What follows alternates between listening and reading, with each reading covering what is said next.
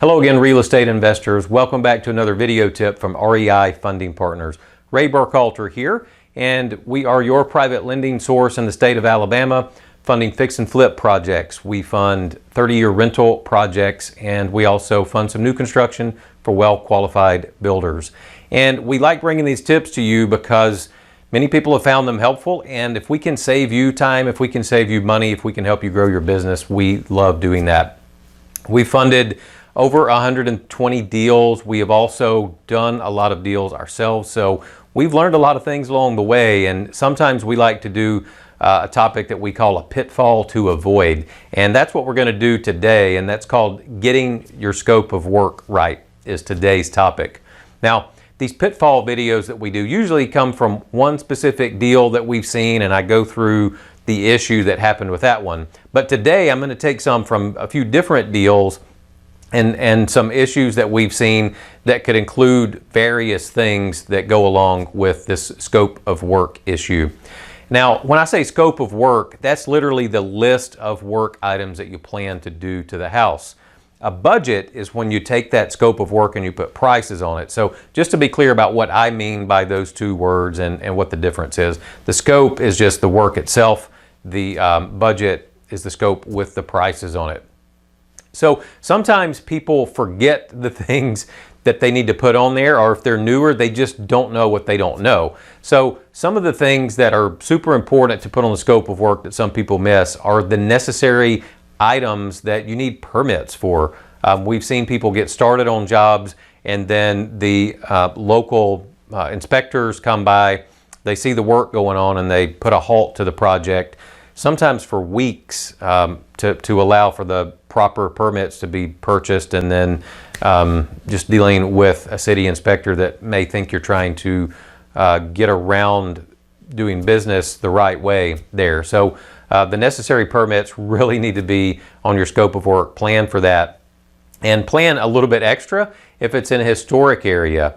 And if you are in a historic area, or if you're not sure which permits you need, a contractor should be able to tell you that. If they can't, then they're not the right contractor for you.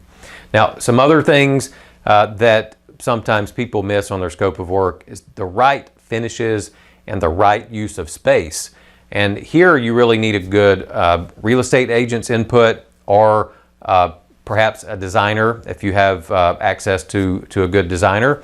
And you may notice that we're talking about some people on a team. A recent video that we did, we talked about who do you need to have on your real estate investing team. So we're coming back to that again here in this video. But having the right finishes, we've seen deals that where somebody's put in a lot of money, but they didn't put in the right finishes for that house, for that area, and it caused the house to sit on the market and eventually take a lower sales price than they should have gotten on that.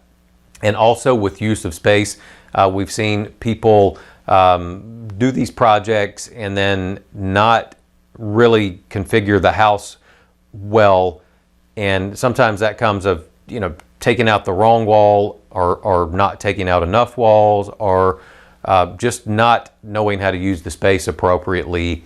And again, that can, if it's not presented well, it can cause your potential buyers, your potential tenants to not choose your home when they're looking. Another thing that we've seen is the exterior items sometimes get overlooked. So things like landscaping, or maybe driveway repair, gutter repair.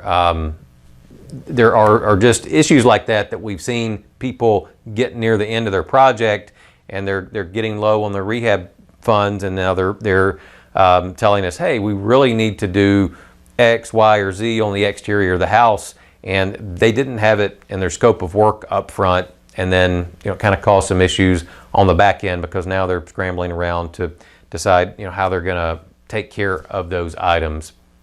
So also another recent topic that we did a video on was setting a good budget. So I would recommend that you check that video back out if you haven't seen it yet. There's also a budget form that you can download on there. And if you go over budget, knowing where that extra money is going to come from to finish the project is another helpful thing that you want to be aware of. Be prepared.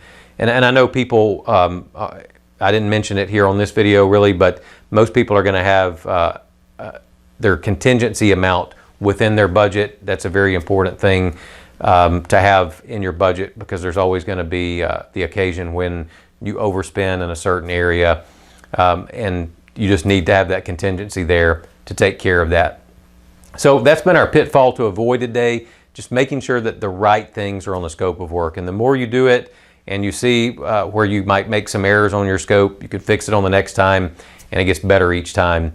So I hope that some of the things on here, that those will be things that will help you save some time and money, and will help you get a higher price on your projects when you finish them up. So I'll see you on the next video. Until then, take care and God bless.